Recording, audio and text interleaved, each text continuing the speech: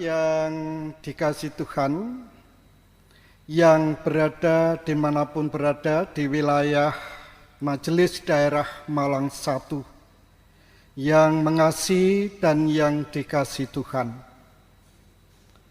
Saya mengucapkan salam damai di dalam kasih Kristus yang senantiasa memberikan kekuatan kepada kita semua.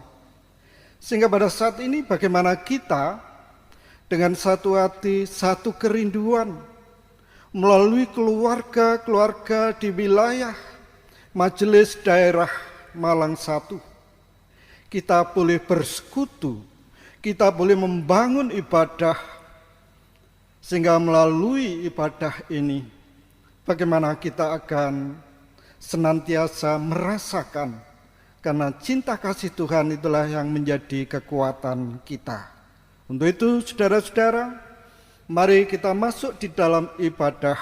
Kita mengambil saat teduh, kita kuduskan dengan pengakuan yang demikian, bahwa pokok pertolongan kami itulah dengan nama Tuhan Khalik langit dan bumi. Anugerah Tuhan Yesus Kristus dan kasih Allah Bapa senantiasa memberikan kekuatan kepada saudara-saudara. Amin. Saudara-saudara, mari kita menyanyi dari Kidung Jemaat nomor 248a, ayat 1 dan 2.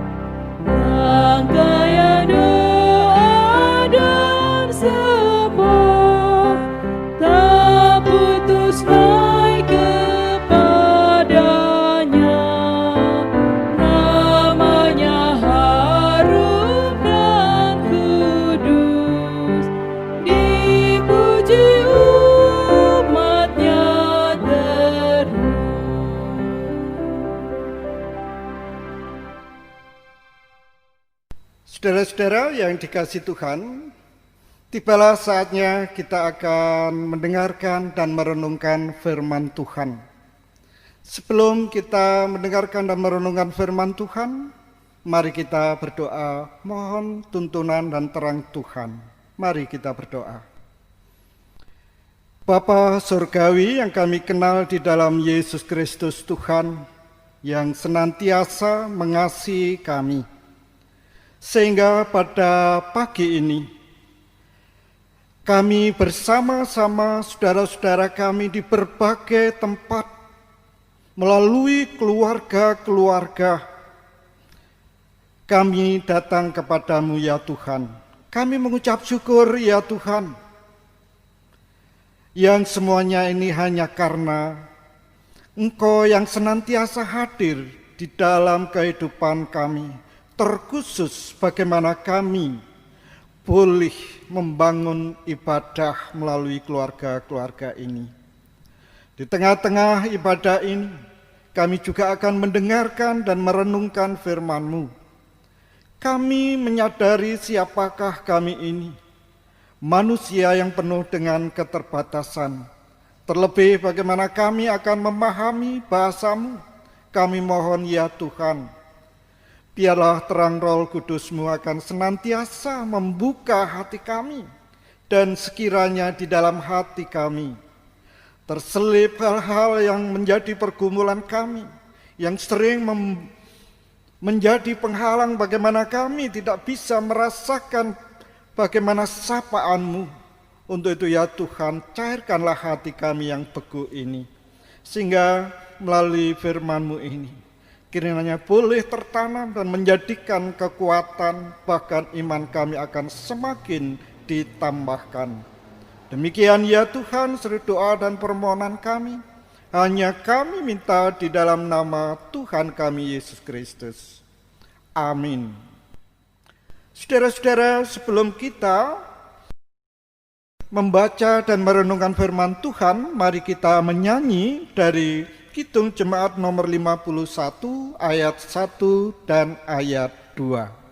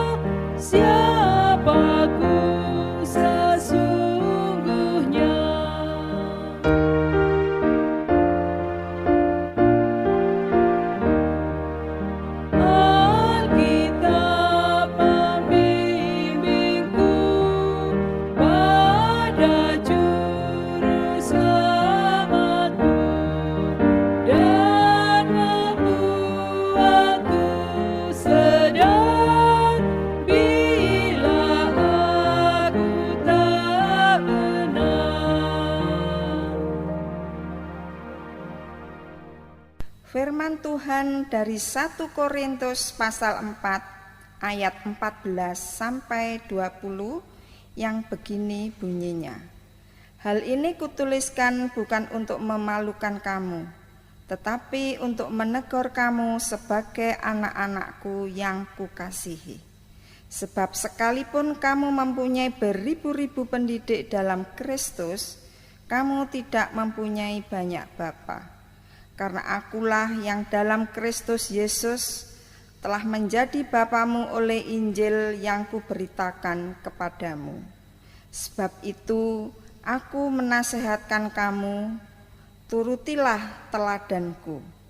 Justru itulah sebabnya aku mengirimkan kepadamu Timotius, yang adalah anakku yang kekasih dan yang setia dalam Tuhan. Ia akan memperingatkan kamu akan hidup yang kuturuti dalam Kristus Yesus, seperti yang kuajarkan di mana-mana dalam setiap jemaat. Tetapi ada beberapa orang yang menjadi sombong, karena mereka menyangka bahwa aku tidak akan datang lagi kepadamu. Tetapi aku akan segera datang kepadamu kalau Tuhan menghendakinya. Maka aku akan tahu bukan tentang perkataan orang-orang yang sombong itu, tetapi tentang kekuatan mereka. Sebab kerajaan Allah bukan terdiri dari perkataan, tetapi dari kuasa. Demikian pembacaan firman Tuhan. Yang berbahagia adalah saudara-saudara yang mendengarkan firman Tuhan, menerimanya dengan segenap hati, dan melaksanakan di dalam perilaku kehidupan sehari-hari. Saudara-saudara yang dikasihi Tuhan, ada pertanyaan, sikap dan tindakan yang seperti apa yang sepatutnya itu menjadi ciri-ciri orang bersahabat, orang berkerabat, atau persekutuan sebagai sesama orang beriman. Saudara-saudara, namanya bersahabat dengan siapapun mereka. Namanya bersahabat tentu antara si A dan si B itu tidak akan ada jarak. Tetapi yang namanya sahabat berkerabat, tentunya kasih itu akan senantiasa nyata. Dan itu terwujud di dalam bagaimana kita saling memperhatikan ketika si A sakit. Tentunya kalau bersahabat kita akan mengunjungi saudara si A. Kemudian kadang nggak cukup dengan kita mengunjungi. Kita di rumah ketika berdoa, kita juga mendoakan sahabat kita. Apakah itu yang dinamakan sahabat? Kemudian ketika sahabat kita, dia melakukan hal-hal yang tidak baik, apakah kita berani kita mengingatkan sahabat kita itu? Secara umum sering terjadi, apakah itu di tengah jemaat, atau dimanapun berada kita mempunyai sahabat yang kita katakan sebagai sahabat. Kadang-kadang kita di dalam hati kita punya rasa sungkan. Kita punya rasa takut. Bagaimana saya harus mengingatkan? Jangan-jangan nanti kalau saya mengingatkan, dia akan tersinggung. Apalagi sahabat kita umurnya di atas kita. Ketika kita mau mengingatkan, jangan-jangan mereka merasa rendah. Karena mereka sebetulnya secara umur dia sudah dewasa, dia sudah tua. Apakah itu yang dinamakan sahabat menurut iman Kristen? Saudara-saudara yang dikasihi Tuhan, bacaan kita dari 1 Korintus pasal 4 ayat 14 sampai 20. Suratnya Paulus ini mengingatkan para orang Kristen, jemaat Korintus, bagaimana Rasul Paulus yang telah mendirikan jemaat ini. Paulus melihat bagaimana kehidupan mereka. Tetapi Paulus di dalam mengingatkan mereka, Paulus pun juga mengingatkan bagaimana dia pada sebelumnya, ketika sebelumnya pada saat itu terjadilah pecah. Orang yang menjadi golongan Paulus, mereka yang menjadi golongan Apolos, yang saling merendahkan, menganggap dirinya paling baik. Bisa juga menganggap dirinya adalah yang paling rohani. Dan itu juga terbawa di dalam kehidupan jemaat. Terlebih pada saat ketika Rasul Paulus tidak berada di tengah-tengah jemaat Korintus. Paulus mendengar bagaimana keberadaan mereka. Mereka juga yang merasa sombong, merasa dirinya lebih rohani. Pada waktu itu memang pada saat itu Paulus tidak ada di situ. Sehingga Paulus mengingatkan. Tetapi di dalam Paulus mengingatkan, ternyata Paulus dia tidak otoriter. Dia bagaimana dia mengingatkan orang-orang Kristen yang ada di Korintus. Dia mengingatkan dengan bijaksana. Saudara-saudara, bagaimana Paulus cara mengingatkan mereka? Dia juga menyatakan dirinya siapa. Bahkan di dalam Alkitab menyatakan bahwa dirinya adalah yang paling kotor, paling rendah. Bukan mengatakan saya yang paling rohani, tidak. Itulah saudara-saudara, bagaimana Rasul Paulus dapat memandang orang lain. Kenapa Rasul Paulus demikian perhatian kepada orang-orang percaya, orang-orang Kristen? Jadi Paulus tidak ketika dia menyebarkan Injil, berita Injil, setelah dia terima Kristus menjadi percaya, ditinggal begitu saja, tidak. Tetapi Paulus tetap memperhatikan bagaimana kehidupan mereka. Luar biasa. Kenapa demikian? Tentunya tidak ada yang lain. Karena apa? Karena Paulus merasa dirinya yang sebetulnya penuh dengan dosa, yang penuh dengan ketidaklayan, tapi Tuhan mau mengasihinya. Sehingga kasih itulah yang mendasari Rasul Paulus. Hanya satu keinginan Rasul Paulus, bagaimana orang-orang Kristen itu dapat menyatakan panggilannya melalui bagaimana satu dengan yang lain, supaya orang-orang Kristen itu saling mengingatkan. Jadi dengan demikian, kalau kita mengatakan saya sungkan mengingatkan mereka, nanti takut kalau mereka tersinggung, itu sebetulnya bukan itu yang sebenarnya yang dikatakan sahabat kerabat menurut iman Kristen.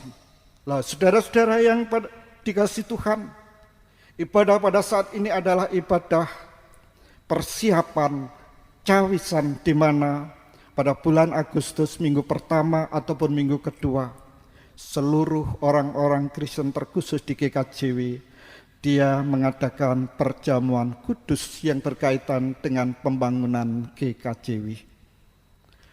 Kata pembangunan itu bisa muncul dan nyata di dalam kehidupan ini.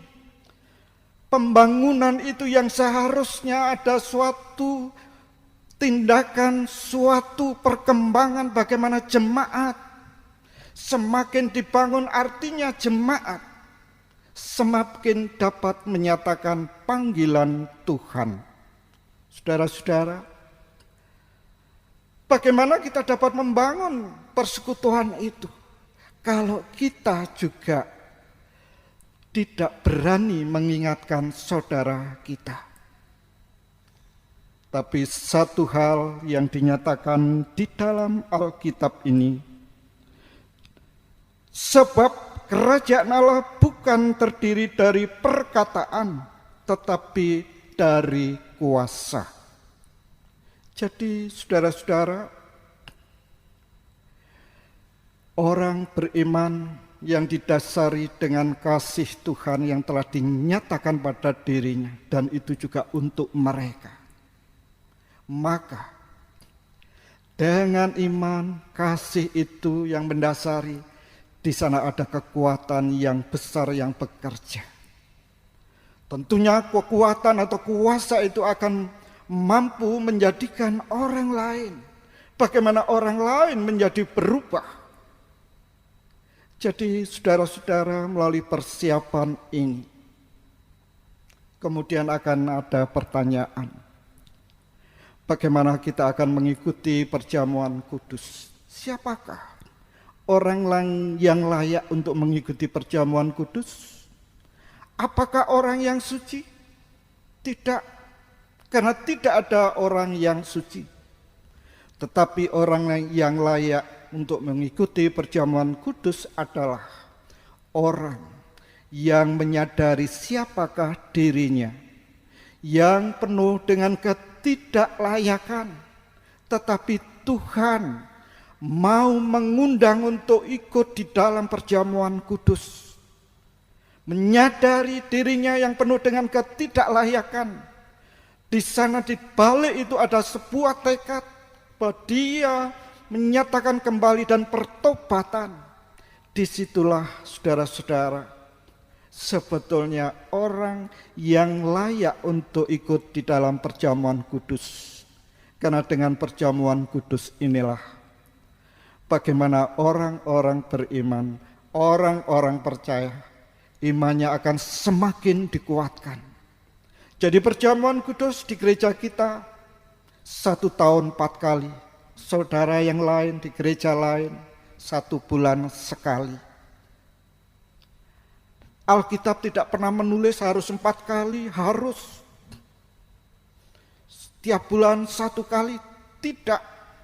Tetapi melalui perjamuan kudus inilah kita menghayati bagaimana cinta kasih Tuhan di Golgota itu dinyatakan. Dan itulah yang tentunya menjadi kekuatan kita. Itulah satu-satunya benteng hidup kita. Terlebih pada saat ini, bagaimana masa pandemi COVID-19 yang tidak berakhir. Tetapi dengan keyakinan, dengan iman, bagaimana Allah yang telah menyatakan di dalam Yesus yang telah menempatkan kita dalam kehidupan yang baru, itu akan menjadi kekuatan kita. Apapun keadaan, apapun bahayanya, termasuk COVID ini, itu tidak akan mempengaruhi orang-orang percaya. Itulah saudara-saudara, firman Tuhan yang mengingatkan kita semua. Bagaimana kita di dalam menjalani kehidupan ini, di dalam kita menyatakan karya Tuhan di tengah-tengah kehidupan ini. Tuhan Yesus memberkati. Amin. Saudara-saudara, mari kita menyanyi dari Kidung Jemaat nomor 293 ayat 1 dan ayat 2.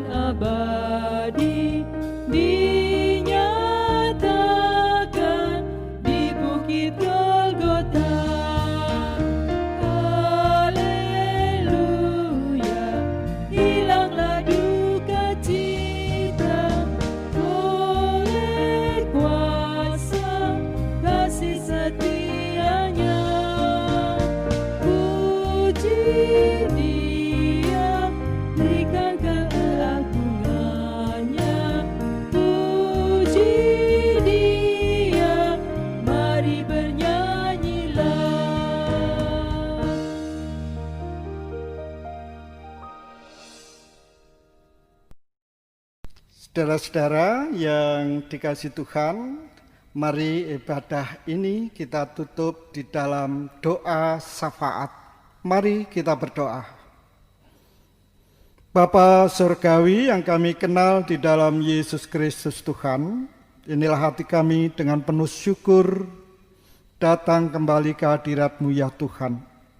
Yang semuanya ini semata-mata hanya karena kasih-Mu yang senantiasa nyata, bahkan melalui firman-Mu, pulih menyapa kami. Sungguh kami mengucap syukur ya Tuhan, karena melalui firman-Mu, bagaimana kami boleh dikuatkan kembali. Terkhusus ketika kami harus menghadapi banyak hal yang tidak jarang membuat kami lemah. Untuk itu ya Tuhan, tambahkanlah iman kami. Di dalam kasih-Mu kami berdoa untuk seluruh warga jemaat dimanapun berada di wilayah Majelis Daerah Malang 1, satu persatu mempunyai pergumulannya masing-masing, pergumulan tentang pekerjaan mereka, terkhusus yang terdampak COVID-19, maupun pergumulan-pergumulan yang lainnya, yang menjadikan kami lemah, yang menjadikan kami kehilangan pengharapan. Tuhan, berkati mereka dengan kekuatan. Berkati saudara-saudara kami yang dalam masa pandemi COVID ini mereka dipenuhi dengan rasa kecemasan dan ketakutan. Tuhan, berkati mereka dengan pengharapan.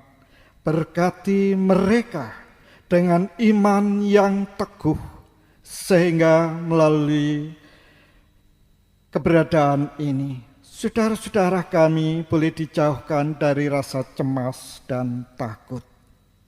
Kami juga berdoa untuk saudara-saudara kami, mereka yang kehilangan pekerjaan karena pandemi COVID-19 ini.